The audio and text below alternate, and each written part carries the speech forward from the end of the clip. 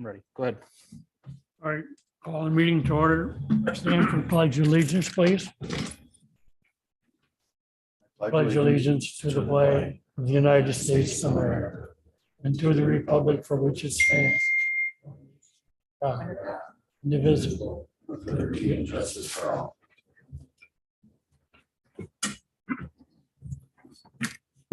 Robert, any changes to the agenda? No changes. All right, I'll call for a motion to adopt the agenda, please. So move. Second. All right, motion by Mr. Herder, second by Mr. Ritchie. All in favor signify by saying aye. Aye. Aye. Melinda, She's not on yet. I'll let you know when she comes on. we can proceed. Any public input? I got something, just wondering what control we have, if any, over the GFL garbage pickup with them jacking up their prices twice in, the last recent year.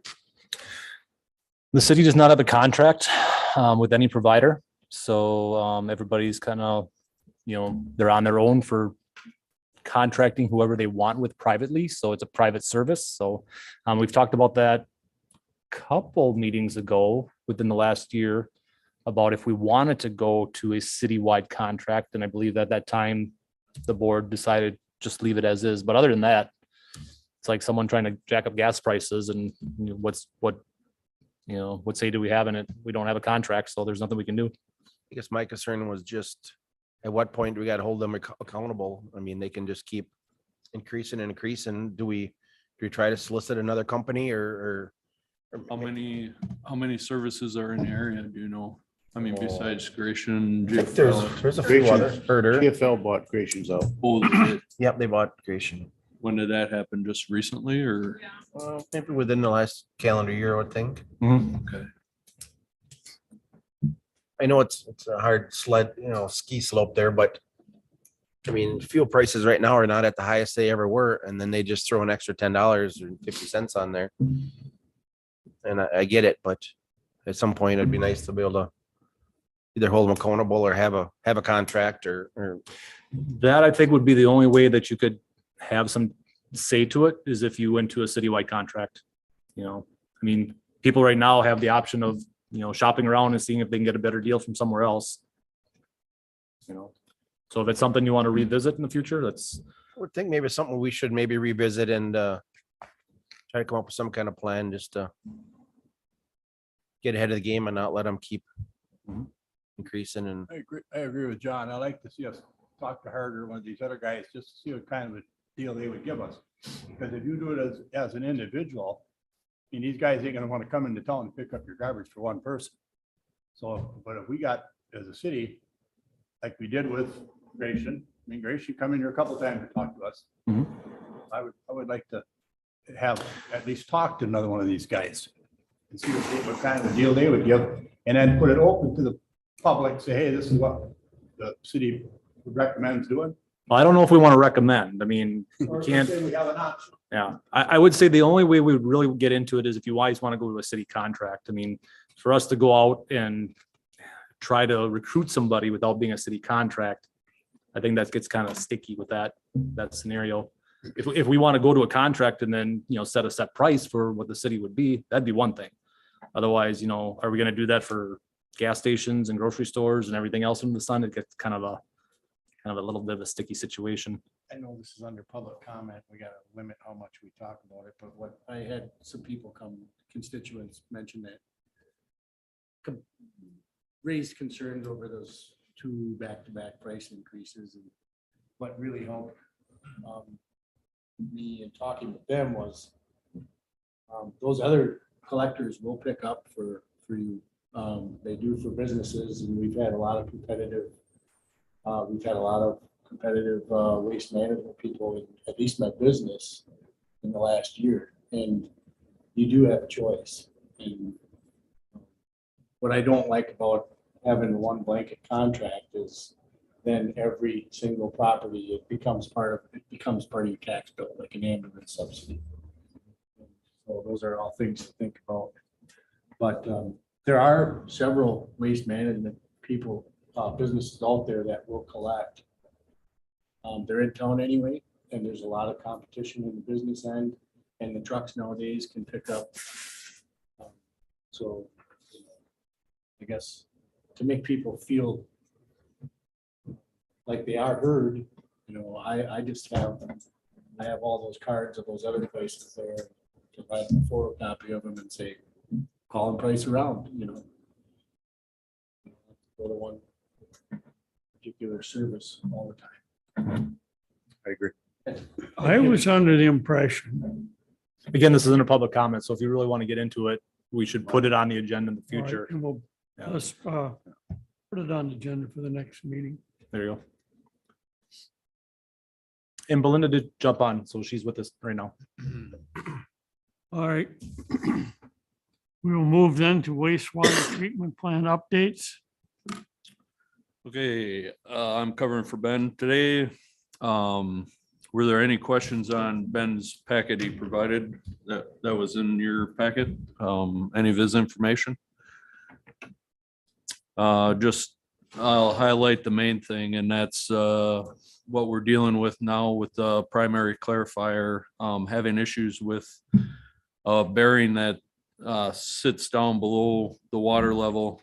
It actually, the whole mechanism rotates on this bearing.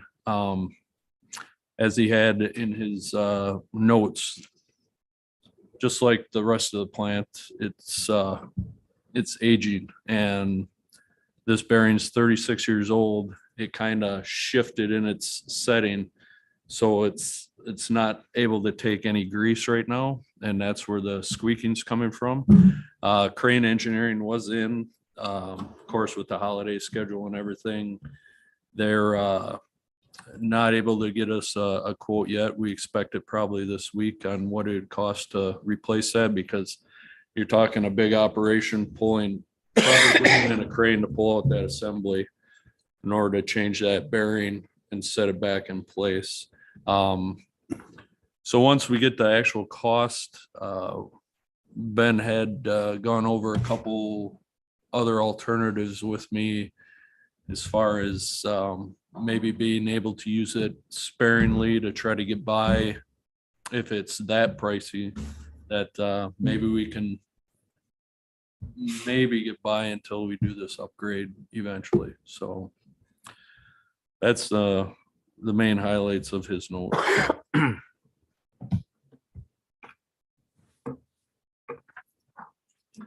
All righty. There's no other questions. I know I'm not on, I don't get to too many public works meetings, but I was kind of hoping Ben was here because I was gonna say I really appreciated him putting it's nice to be able to look at the whole year's worth of fees collected for the hauled waste. I know that's because I'm right across the street. Ben and I kind of rib him once in a while on the high strength stuff, and it's nice to see that he's got that amount up to nearly he's approaching a quarter of $1,000,000 that he's been able to bring into the plant with revenue from hauled waste. And then the other thing I was gonna ask him was, give us a ballpark, because of all of that waste hauled in, and especially the high strength, how much money in savings, which is kind of a hidden boost that he saved in chemicals, probably because of that increases the load for the plant. And It's not so much chemicals as it is just the use of methane and the fact of usually your high strength waste does produce a lot more methane if you can monitor it correctly. And the cost savings it has in the natural gas aspect of what the plant uses is phenomenal. I mean, to take on that, we've been fortunate now that Appleton's run into a few issues, so we're taking on a little more high strength waste over the last week and a half, I think it was. And with that extra, as long as we don't get too much where it fills the reservoir, we can introduce it slowly and keep producing that high volume of methane. So it was a great addition to the plant, that's for sure. So I thought be nice to say thanks, Ben, for keeping up on that. I don't say that on the days when the wind is the wrong way, but $250,000 a year to help offset taxes and our bills is awesome, so. Thank you. All right, the next item, recommend to council bump out design for North Water Street. Okay, so the next 4, 5, 6, 7 on the agenda kind of all go together and kind of went with our meeting that we had, the downtown reconstruct PIP planning group. So I figured I'd put them on here one by one and kind of go through them. That group got together, kind of discussed the preliminary plans of this bump out design. As I stated in my memo, I'm recommending the bump out for North Water Street. It was also pretty much the group's decision to go with this style. It does provide that narrowing that tends to slow or calm traffic, gives you an accent area. Your pedestrians that go to cross the street are actually out at the parked edge of the car, so traffic going both ways can visually see that pedestrian wanting to cross there. A comment was made about snow plowing and the fact that it'll create an obstacle or that while plowing. I understand that, yes, it does add one obstacle, or if you're going both ways, 2 obstacles to go around. With a 12-foot travel lane, you still can maintain that lane of travel with your main plow down and plow successfully without having to go into traffic. If it's early morning plowing, which they tend to do down there, even with the loader that they sometimes plow down there with, they're able to deviate around that bump out, so it wouldn't create that big of an obstacle, I don't believe. I've talked with the engineers about reinforcing that, the bump out portion of that curb and gutter. It won't prevent chipping by any means from a plow blade, but it will create the curb head from being broke off or fracturing the whole section. So it would be rigid and solid for that type of impact. Are there any questions on that or comments? I also agree that should be a 12-inch curb head too. Just because of them trucks, I mean, we know a lot about that. When they go in and out, they beat the heck out of that curb, but there's no way around it. You try to guess, and this way it gives a little bit of backbone to hopefully survive it. Mm-hmm. So up on the screen is kind of the example of what it would look like, just for the bump out. Don't look at the parking lot. This was all just preliminary kind of thought process. The point right now is to give Robert and give the engineers some direction. Are you guys okay with putting a bump out? The actual layout might look slightly different all said and done, but the concept right now, do you guys support a bump out in this location where that new parking lot's going to be?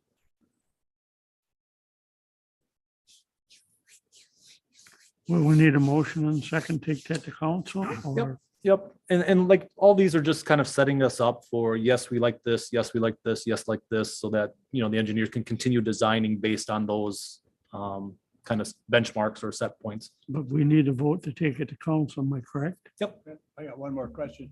Is this one of the suggestions that's come from the downtown group that's kind of, you guys are meeting every once in a while? Correct. Okay. Yes. So we have that, what's called a public public improvement planning group that's helping us design all, and that's all that stuff that's required in the grant. We have to have this committee of public input to help us with these elements. So yes, this was something that discussed, and yes, that group did basically recommend to this committee that element. I guess I'll make a motion to include the bump out area in the downtown project. I'll second it. Motion made by Haas, second by Dorsey. To approve the bump out design. Any other questions? All in favor signify by saying aye. Aye. Aye. Opposed? Aye. And Belinda, did we hear you? Aye. Perfect, thank you. Motion carried. The next item would be discontinuing Lincoln Court for construction of a parking lot. And this again would have to go with the whole 2024 reconstructive downtown to incorporate that parking lot and give us the room we need. It would be a discontinuation of Lincoln Court, not an abandonment. So that portion will still remain part of the city right away. In order to create any type of plan, whatever layout it is, it would definitely give us the room we need, whether we incorporate traffic that can flow to it, to Lincoln Court on the north end or not. That would still be in the planning and designing stage of the parking lot. But this is pretty much just to say that you're okay with the discontinuation of Lincoln Courts. I'll make that motion. Second. Motion by Dorsey. Second by Herder. To discontinue Lincoln Court. Any further discussion? And I'll just point out, especially for people on YouTube who are looking at the northern end of this, do not assume this section is what the design is going to be. We've got to work on that. The only point right now is to show that this section of Lincoln Court would be discontinued from use as the roadway. How this ends up down the road could be totally different. We've got a electrical cabinet we got to work out. So especially if your people on YouTube are looking at this, don't assume that this is what it's going to, the final design is going to look like. All for a motion, all in favor signify by saying aye.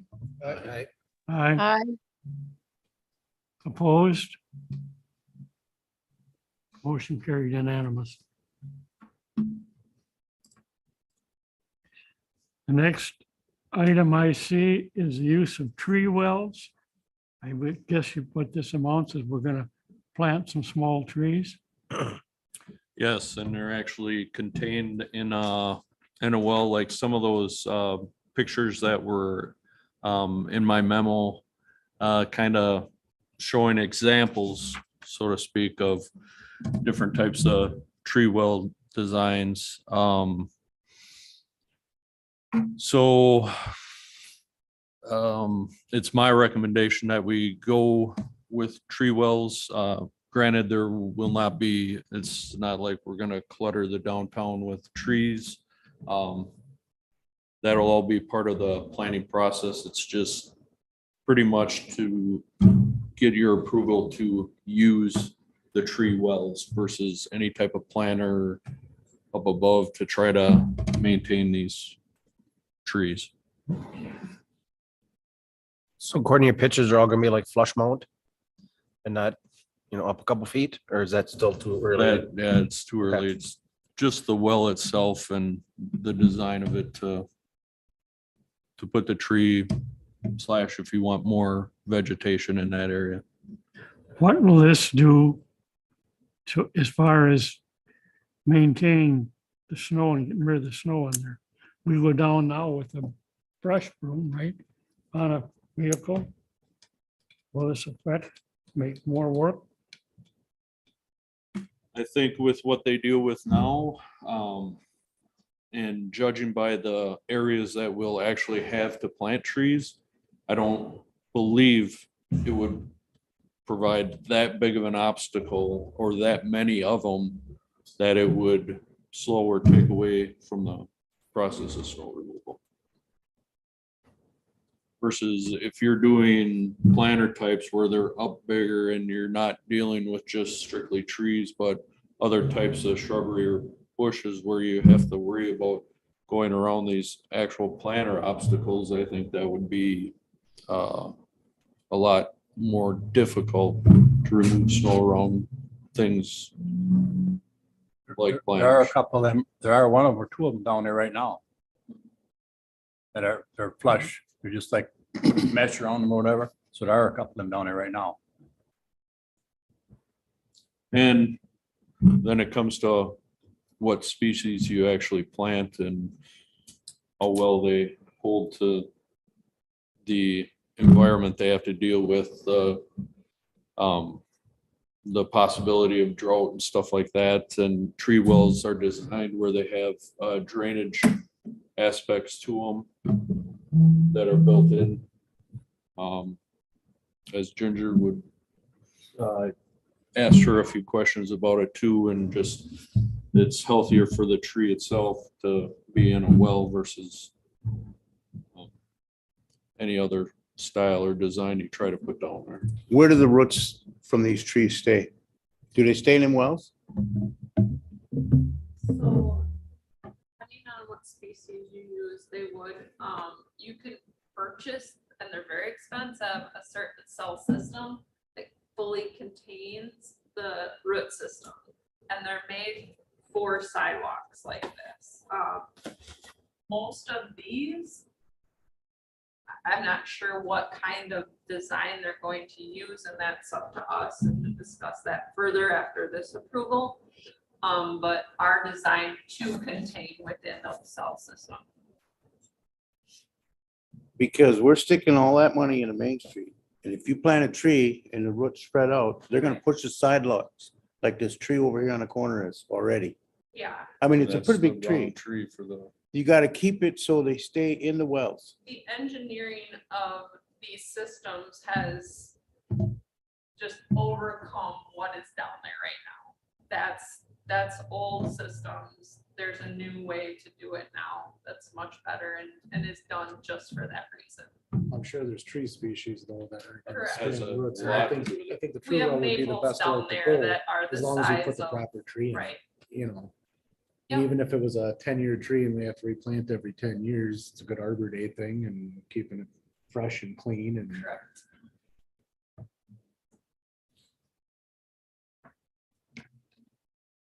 soft maple species is not good for any terrace, no matter if there's sidewalk or not. It Right. ruins your curb, it ruins everything. Just because of the way their roots spread, and that's what we're dealing with. You got twice as much underground as you got above ground.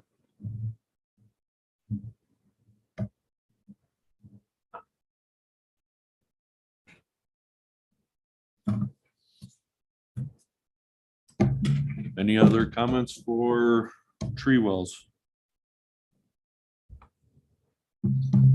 Can we have a motion one way or the other?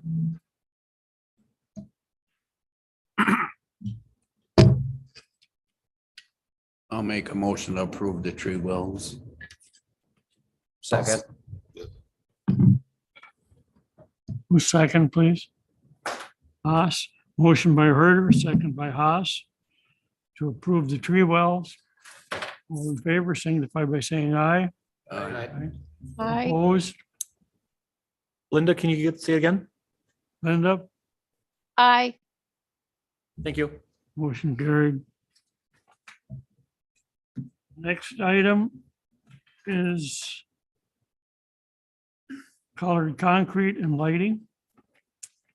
And for this discussion, it's more of a discussion / update versus a recommendation to go one way or the other, because we haven't got to that point in the planning portion of it with the group of it's been in discussion, but there hasn't been a hard vote either way on which way to go. It's just to bring council up to speed where we're at with both of these subjects. So the color concrete came up in discussion.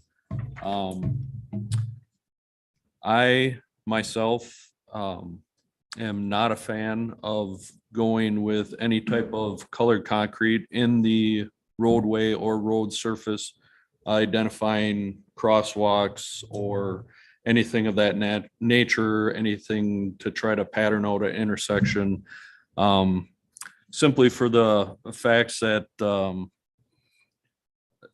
when you're paving a concrete and doing a concrete surface like we plan on downtown, you're breaking that machine off at that point and restarting, which whenever you have a solid break like that in any type of concrete construction and not just maintain that travel with that machine, creating your main driving lane, it seems to always, even though as much as you try to seal it and pin it properly, there always seems to be failures at those joints when you're not machining it. It also, it stands out like the same way you want it to stand out to like identify the walk area and make it look nice. It's also something that you look at every time you're down there, and as it weathers, the color fades and it gets beat up, whether it be a little joint crack and then it goes from that crack to a pop out, and then you're trying to patch that. They're very hard to color match, even though, let's say you went with brown and you put in a brown patch, that brown patch, as you're mixing it, it's going to be very dark, and as it dries, the color's not going to match. It'll be close, so you'll see another brown area, but a patch is going to be a patch, versus if everything's gray, you define your walk areas with a nice high visibility paint. You can go more towards kind of similar to this, any type of decorative concrete or brick patterns behind the curb that would take less punishment during the winter, still give you that accent look that you want for a new downtown. But that's kind of where I'm at with the colored concrete. I'll open it up for comment or discussion. Any thoughts on? Does anyone have any thoughts on the colored concrete, or would really like to see it in a roadway? Well, I tend to agree with what you said. It's gonna be obscured. You're not gonna be seeing everything. Everybody's gonna be confused to begin with because everything's gonna change. Why do we want to throw one more thing in there just to make it look pretty for that trendy, that era? Mhm. How would that epoxy coating hold up on the street? That'd be slippery. An aggregated epoxy coating. Kind of like similar to what they do on the bridge decks, and I don't know if that's an actual epoxy that they did on these bridges, but they would hold up for a while. I imagine they would tend to flake, or not flake, but that constant plowing over them, that wear surface. I have no idea how long they can actually hold up to that. So I've taken a lot of comments from what they've done in Wapaka, and the comments have come from our community, both positive and negative of their concrete layout that they have there. Some people don't like it because they feel like it's concrete city. And then others absolutely love it. So there was definitely take on that. I, for one, am all for having a colored concrete crosswalk until these guys crush my hopes. I'll be straight up front with that. I thought it looked beautiful. Going around looking at different committees or communities, Shawano has a brick layout and looks great when you travel through there. I travel through there every weekend. until you stop and walk around and take a look at it. And you can see just how damaged it is. And coming back to agreeing with Mr. Roberts, as nice as it looks, definitely is not feasible for a future. That's my comment. I was gonna say that about Chano too, is it looks really good from your truck. Once you get out of the truck and actually look at it, I can't imagine the headache they have of constantly have to repair that. It looks beautiful when it's brand new. But over time, they get chipped up, they get scratched, they create a pothole, now you I try to think we could patch. do. Get the same feel down there with that bump out that we just said we were gonna do and put some color behind the curb.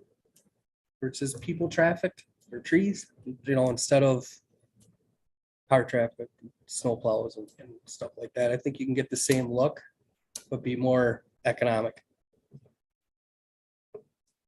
Like the idea of painting it like they have been doing. People don't use crosswalks anyway.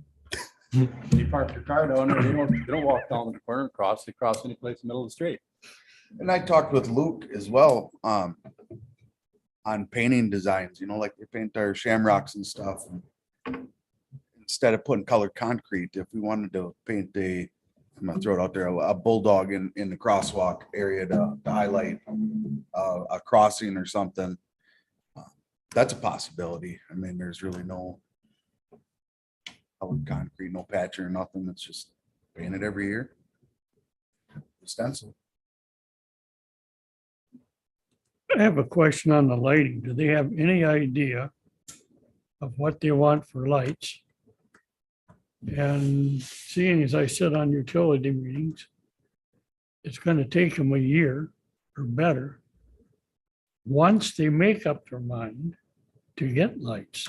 So I was gonna touch on that subject to lighting as Okay, soon I'm as we're sorry. done with the colored concrete. all right, if you want to separate it, fine. Well, No, I we can mean, run it together. I just didn't want to have all the information out there and then multiple questions on different As angles. long as the pole's ain't as crooked as that one appears to be on that picture. I skewed the angle when I was trying to fit it in my memo. So yeah, that one does look pretty crooked. I'll let you say that. It was straight when I actually took the screenshot, but when I started to make it fit the page, it's not that bad. The sign, I think, is crooked. The pole's okay. So are we good with the colored concrete? Any more comments or questions? Okay, the lighting. So the lighting that I provided the picture and the estimate as of the middle of December.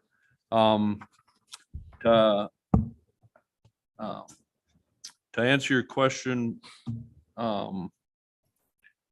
these everything that the contractor gave to me has an availability that's within 3 months. So we tried to stick with stuff that they know that doesn't have a long lead time. And if we were to use it in this, it has to have made in the USA stamp or actual factory, everything stamped when it's delivered that it's made in the USA. So from that aspect, when we looked into it, we told the contractor kind of running the numbers for us right now that we really wanted the availability, pricing that wasn't to the extreme, because this isn't extreme by any means. I mean, it looks extreme, but you can really go, if you want aluminum pole, that's like $5,600 for something similar versus 32 or what were these poles a piece, 35. So from that aspect, what I did is gathered that information. Moving forward, what we want to do is gather pricing from Jason on as far as if we use him to put these poles up or put his own up. We need a cost breakdown on every aspect of this lighting. So we're not, saying, oh, we have to spend this amount to get the downtown looking the way it is. We could say, okay, do we do every other pole? Do we do an intersection and then skip a few and then go with that? Once I compile all the numbers from not only this company, but also from Jason, and get it all laid out, I just wanted to throw this out there to the council or to this committee and let it know that this is kind of what we've seen so far and what we're doing to move this lighting project forward, to try to compile all those numbers, to do what makes sense and get the feedback after we have all those numbers compiled. I didn't want to come here after talking it over with the group and then not bringing you up to speed as far as we are right now. Knowing that that group alone would like to see something decorative, something more vintage style, something to this nature, but to what extent we implicate it or implement it going forward, that's we'll come to that conclusion once I gather all these numbers. Are they looking at how much illumination they're gonna get off these lights also? Absolutely. I mean, you can get some really decorative, but it's gonna be dark and you don't want Actually, that. these, and from what I understand from both Jason and from this company, is that they have the options in the fixtures themselves that they can set how many lumens they produce. Being that they're LED, they have that ability to do that. And they were, the contractor I was working with actually used the layout of what's down there right now with this type of, well, with 3 or 4 different luminaire fixtures, trying to create the lighting pattern that we need down there with using a single fixture and not worrying about the light that would be over the pedestrian area. I hate to be the devil's advocate, but will they support flags and decorations? I mean, or we're still in the process of looking into this. Yes. The poles that he provided me with, those models also came with you can add to the pole, the flag holder or a banner holder, receptacle that are actually made for these style poles. And I would assume that we're gonna put a flag holder and a GFI receptacle on each one. It's way to assume that. I would love to, cost wise, I would love to have at least the option there to have, I don't know if it would be every pole, the affordability of it. But once I get all these numbers together, You're only adding 8,000 to 228,000. Right. I couldn't imagine not having flag. I mean, we don't need banner holders on every pole, but I couldn't imagine doing this and not having. I do believe the Electric. ones that we have now were made in-house, Huh? right? The flag or the banner? The flagpole holders. The Not sure. fascinators are made in-house. The flagpoles were. Those flagpoles were here before my time. The basket garbage, those were Somewhere. fabricated. Yes, those garbage cans.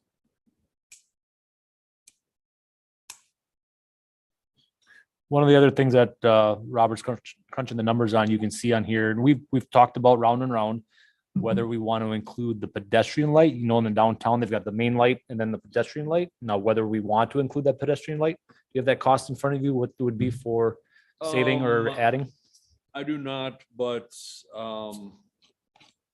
even though the luminaire itself is smaller,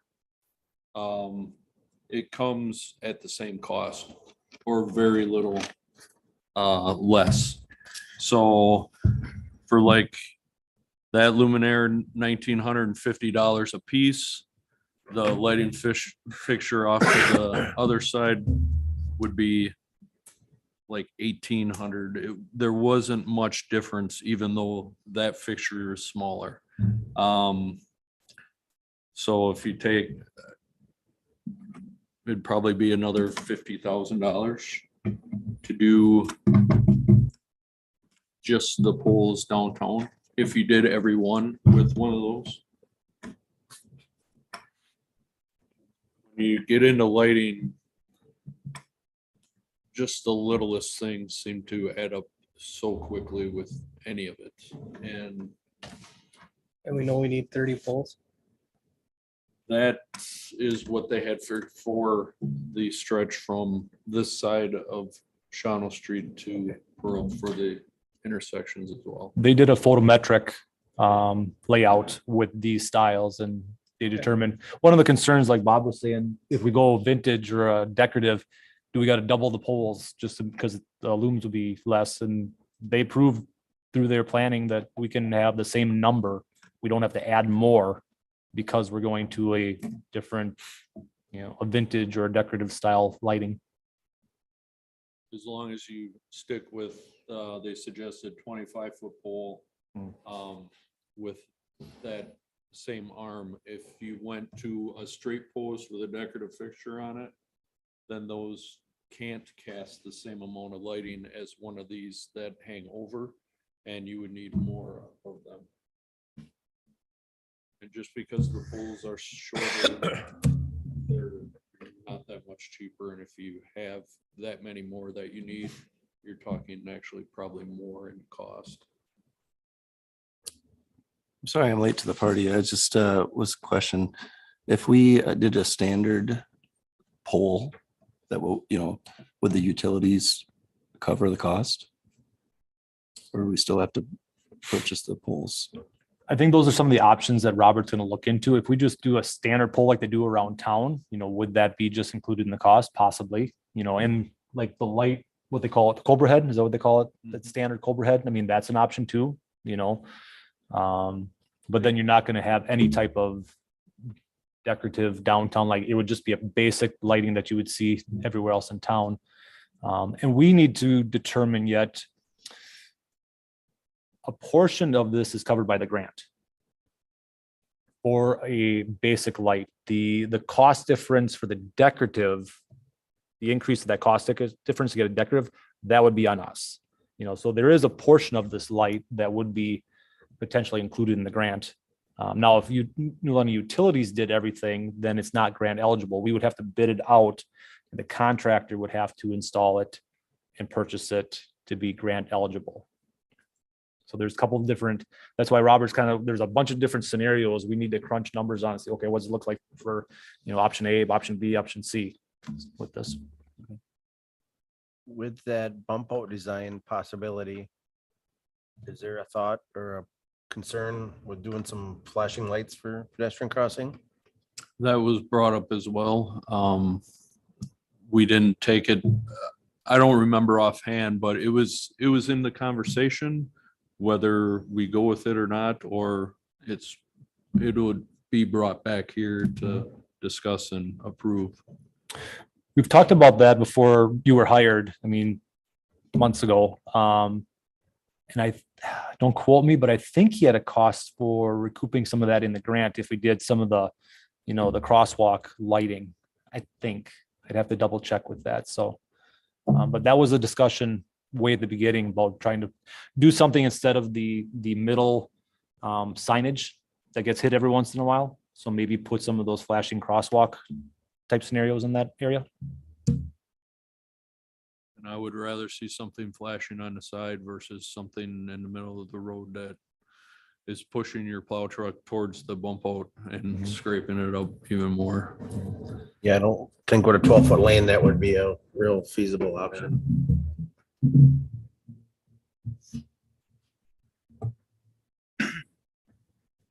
Any other questions or comments on the concrete or the colored concrete or the lighting? On the lighting, in discussions with the contractor, or the manufacturer, one question I would ask, just because it seems like it happens so much these days, is make sure we're not buying some light that's gonna be discontinued in 2 years and you can never replace it, because our luck, somebody get one after the first year and then the contractor says we can't get them. I mean, look where we're at with our roofing on our library and museums. But Okay. there's so many things like that today. I mean, you could buy a brand new vehicle and 2 years later, you can't get a part for it. And it's just something, but I don't understand why. But I would want some kind of guarantee that rather than us have to buy a bunch of extras and have them on hand, I'd rather make sure that it's gonna be around in the market for a while. Or at least replicable. Right. My opinion right now is, I think we need a little more information before we can really make a strong decision on this. Correct. I realize that you're working on it, good, but I think we need to have more information, just the cost, what we actually have in the budget for the lights now versus what they would be. And that's what I You know- plan on bringing all together. And the next time I update the lighting portion of it, it'll probably be where you have all those options available. I just wanted to bring this to this committee now, Right. just so you know that it's not something that's on the back burner and we're not thinking about it. It was all brought up in discussion at that downtown meeting, and I just wanted to bring everybody up to speed to where we are right now. Yeah, Because right now it's really hard to tell, Right. like, I feel a where little, we at and what we have for money for. it. Well, and this was partially to get your input now, instead of us going through and figuring out a project or a product, at the end, and then you guys liked or didn't like something. So now it's feedback time as we continue planning. Any thoughts, for us to take back? I guess in my opinion, I'd like to see this one kind of left until we have a little more information. I mean, I like the discussion. I think that we need this discussion, but for myself, it'd be awful hard to make a decision right now. Knowing what we have in the budget, what they're gonna cost, and some of this stuff. We're not being asked right now to make a decision. This is just an update on what we're doing and getting our feedback. There's no decision to be made on this line item. You're right. You couldn't make one if you wanted to.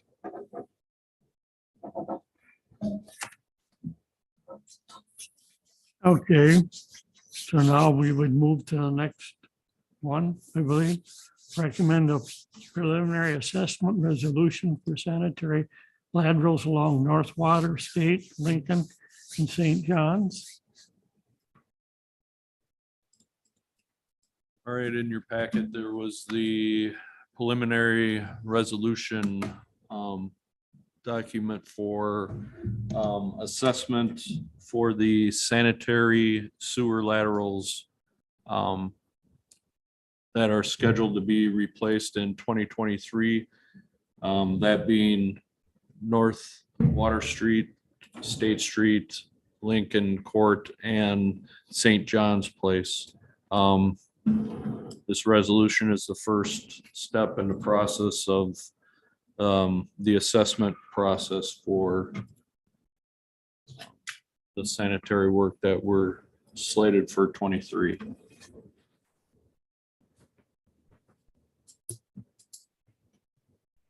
Are there any questions on the? So I guess when we did Warner Allen, we had the option of the property owners to pay for it over time. Mhm. that will be this case with this as well? So in this step of the process, this is just a resolution notifying them. One of the other resolutions or the ordinance, that point, you guys make the decision whether you're going to allow that again. So yes, that will be a point of the process that you guys determine whether you want to do that. I think the last one was 10 years at 1% interest. So if you want to continue that, that'll be something that you guys will determine later on in this process. And I think you've had conversations with Judy Correct. And she said, yes, the 10-year 1% would work.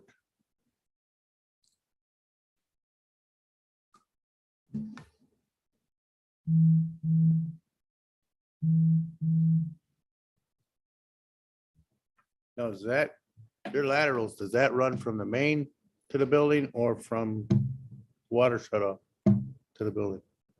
What they're, The gonna be stuff assessed from for. it is the full run because they, even though the part of the lateral that's in the right of way during the project is considered in the right of way, it's still the responsibility of the homeowner. The city takes care of the main and the main alone. Any hookup or connection to it is from that point, from that Y or saddle, is the responsibility of the owner. And if that was all up to code and that all met what today's codes are, then that could remain in place. The problem is there's not one that doesn't have a crack or a clay tile or sleeved. it'd be kind of stupid not to replace it all the way to the building. And that's Once what you got will it be dug up. done. Same way with your water. Both will be done the full length. Mhm. And actually, after today, and this is recommended, if it's recommended, then we'll be sending out letters to all the property owners that are affected to see if we can gain access just to what they have. Because they're so, even though the laterals were launched and that during this process, some of them were very hard to get down, and to see what they actually have in the basement for connection or how we can access it when it comes to the contractor fixing it. The more knowledge and information we can put out before the bid, the better the bid will receive, because they're not left with a bunch of unknowns as far as, "Ugh, we know we have a bunch of old stuff down there and we don't know what we're exactly getting into," so they tend to put a bigger cushion on it to cover their costs. So we're hoping to get into that shortly. They're gonna do the pipe bursting? That will be left on an individual basis, I believe. I'm assuming there will be that option in some cases, but some of that stuff down there is, from what we've seen in the launching of what we could, is in pretty bad shape, to the point where I don't know if they'd be able to do it. I'm not an expert in pipe bursting by any means, but some of that stuff where you can't even launch a camera 3/4 of the way down the run. This is a little bit different than residential homeowners. No, a lot of places don't have basements. Some do, some don't, so, and they're shorter runs too. I mean, from the sanitary sewer to the front of the building is 30 feet down in the downtown, whereas, to your house might be 100 feet, type thing. So like Robert said, it's going to be, a determination on each individual place if that's going to be a viable replacement technique. No.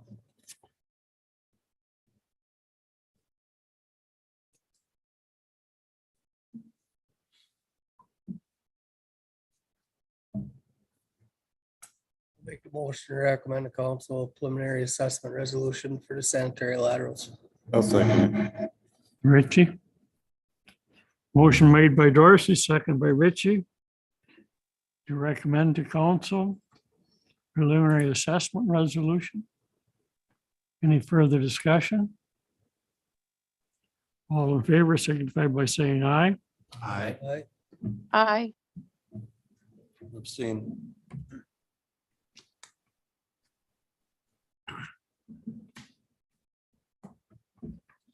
Motion carried.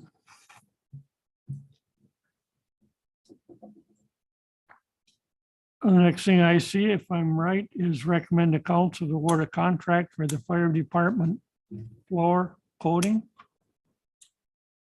Correct. In your packet, the bid tabulation for the fire department floor coating is my recommendation to award the contract to NEW Coatings of Shiocton in the amount of 32,384 being the low bid.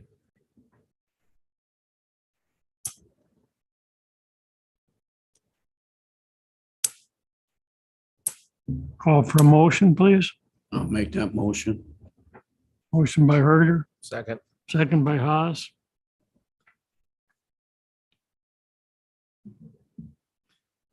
Any further discussion? All in favor signify by saying aye.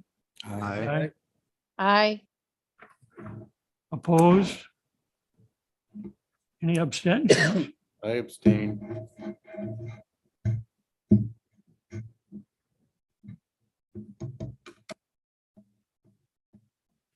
Motion carried. Next item I see is a discussion on fees for the yard waste site.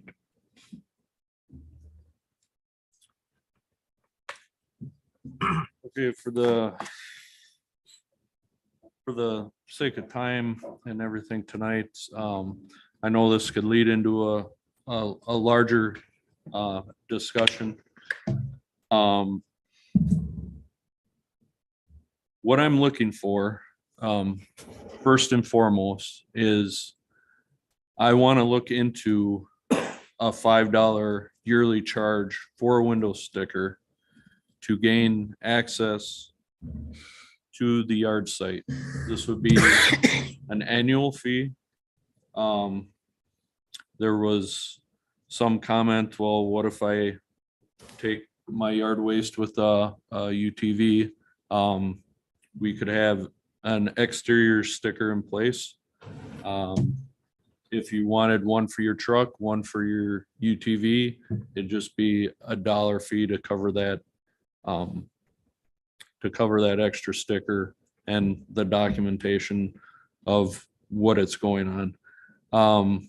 The whole reason I'm looking into starting something like this is in the end game, it's my goal to try to have the yard site or the yard waste dump off site being used by the people who are supposed to use it and not creating extra cost for taxpayers that are paying to maintain that site.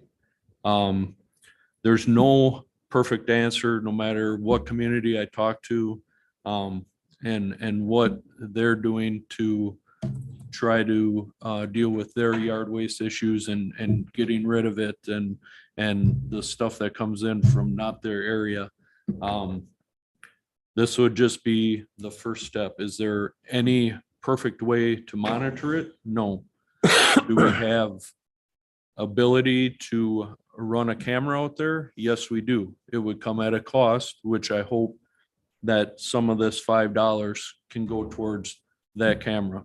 Between a camera at the entry point, the utilization of a sticker, having the signage that's out there, some of it's still on back order, so there will be other stuff out there right now.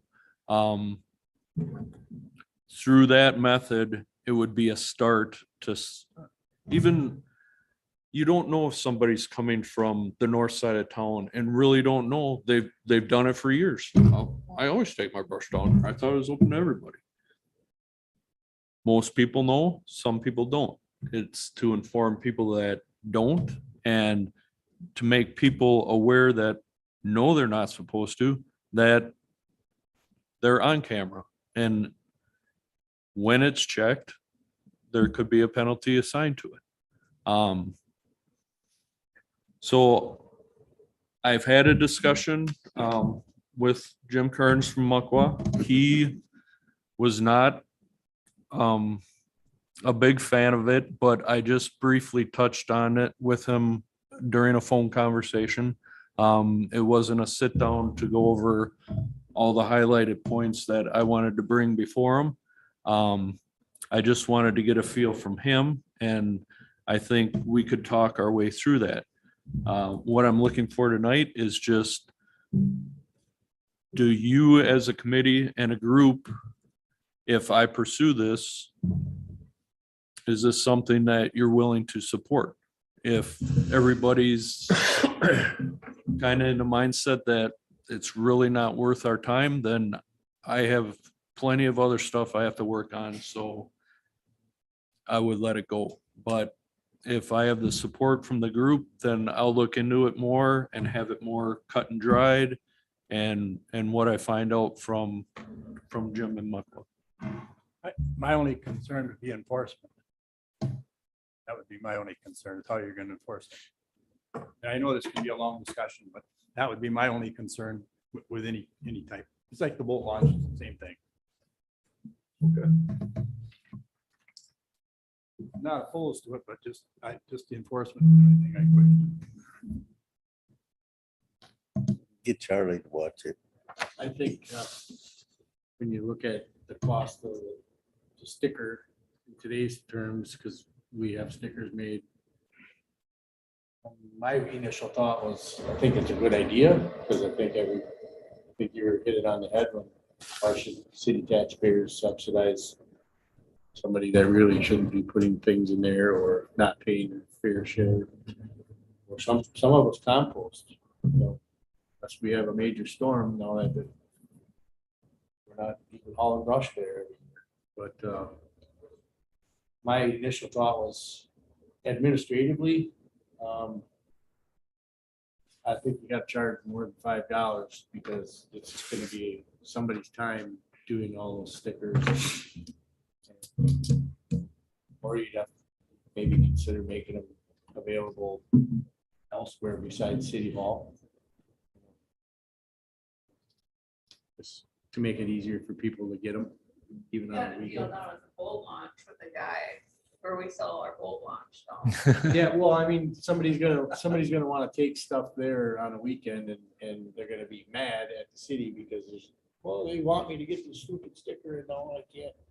I work from 5 to 5 PM and they're closed after I get, so two things. I think $5 is too cheap, considering how much fuel and operating time and equipment time they got picking that stuff up, pushing it around that yard. And then the way to administer it, because it's a lot of administration.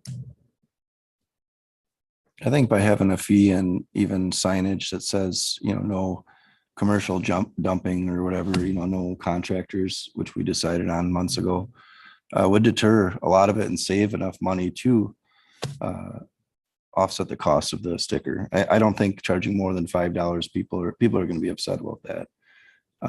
We do have a pool that we pay taxes for, but you still pay a fee to go to the pool. So I'd be in support of a $5 fee for using the brush, because it would deter a lot. Just to have signage and a camera up, and the fact that you have to have a sticker, because that way you have accountability. So right now we make zero off it. 300 people take it out, it's $1,500. That's nothing really at the grand scheme, but it's $1,500 we didn't have before, plus a deter to handful of people. It's not a bad idea, and I get what you're saying on weekend. That's exactly what I was thinking. I mean, I know I'm a weekend guy. I do everything on the weekend.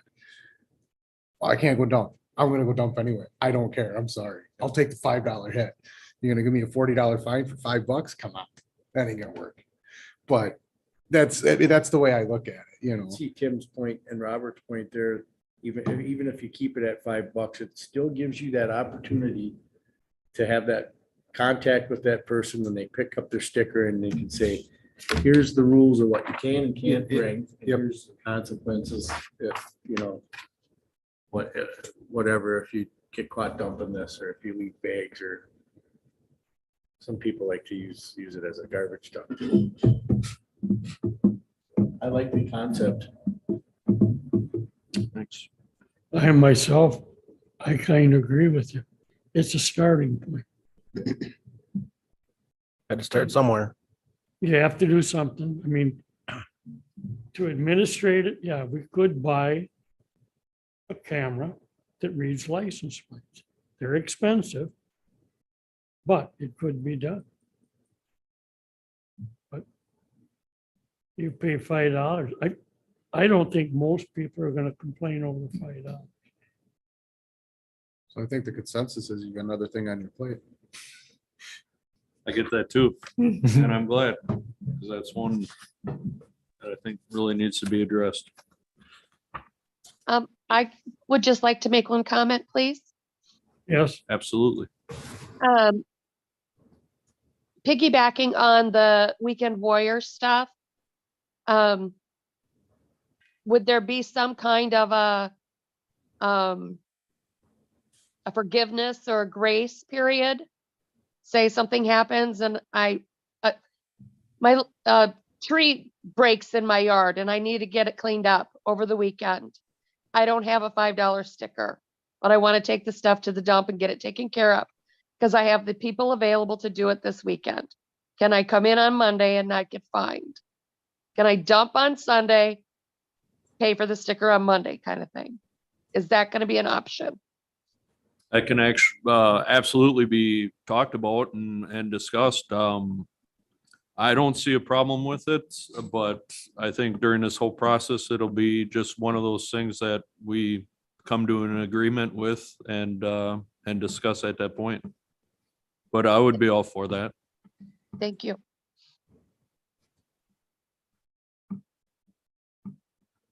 Is there any thought about doing like what the Little Shoot's doing for $20 entry and $5 a year for a key card? Or 45 and 40 like Greenville's doing. I think that's a little much. outrageous. We're not gonna go that. I think that's a little outrageous. Let's do a 20 and 5 and work from there. Just a key card thought theory, I guess. And that's, I would have to look into what it would be to get get that whole program set up. It's something that I would like to see funded by itself as far as, well, let's say if the whole package you figure costs X amount and you could cover it with 15. I'm not, the name of the game is not to make money here. I just want to have the site do what the site's supposed to do. And if that was the case, I would be all for going in that direction. The scan card readers and the gate entrance, it's all set up. It'd be a matter of all the key cards and a lot of administration time, handing out or, issuing those cards and setting up the system. So system's there, software's there, hardware's there. The biggest thing would be the administration to get the cards and then record those in the system for the access. So partially that's But then done. you'd only have to do it once. And we're already doing it with the stickers. But a little bit more work, but not a lot. It'd be less work with the stickers because it'd be just a sticker kind of go like there, but And my thought is that they would kind of self-police themselves because they're simply not getting in there. And if that resident is given his contractor his key card, he's stealing from the rest of his fellow citizens. But I've actually talked to a person in Greenville that, and they're a little more remote where they move their site to, but they're running into cases with people hanging out when they know it's a busy time, and they just wait for that person to go through, and they go through themselves. And of course, if they're doing it behind me, they're gonna get an earful because I paid that $45 initial fee. But there's some people that don't want to deal with it, and you'll still have that no matter what you implement. And I would just like you to see, look into the key card one, just because I would rather have a key card than a sticker on my truck. A lot of extra cost though. Yep, just like that bolt launch sticker that everybody hides on their trailer wherever they can hide it. But in So- theory, the cost should be self-funded. I mean, it's gonna be a little bit of cost for, It'll recoup itself. Additional cost. well, I meant for like our residents, it'd be a cost for them. The ones that use it. But it would, in turn, like you said, be self-funded. Couple thoughts. I just brought it up as a thought process above and beyond absolutely. stickers. Couple of thoughts I have. I have no idea why we don't have a camera there to begin with. You know, I don't even know how that ever got through without having a camera on that site. I don't, that's just my opinion. And my second thought would be, if you do issue the key cards, I would hope that them have a time frame like close at 5 o'clock, right? We can set that up with the software. Okay, it's just thought, so you don't get something going on at night that you don't want. Yep, you can regulate the entry access time. And I gotta agree with Tim with that, you know, the honor system. If you have a camera there, I believe that's gonna deter. Hopefully, some, you're never gonna get them all. I don't No, care what you think, but not unless it's staff full-time, you're never gonna get away from it, No. but Mhm. you can at least help quite a bit, I believe. Camera, signage, anything is better than a free-for-all that we have right now. Mhm. Do something. Outstanding. Next I see is director's report. Okay, quick sum this up too. No service anniversaries. The contractor doing the utility work for First State Bank was slated for the 9th. He is actually starting today because he's going through a thawing process with some road coils so they can loosen the ground, make it easier for them to dig around the gas lines and other utilities.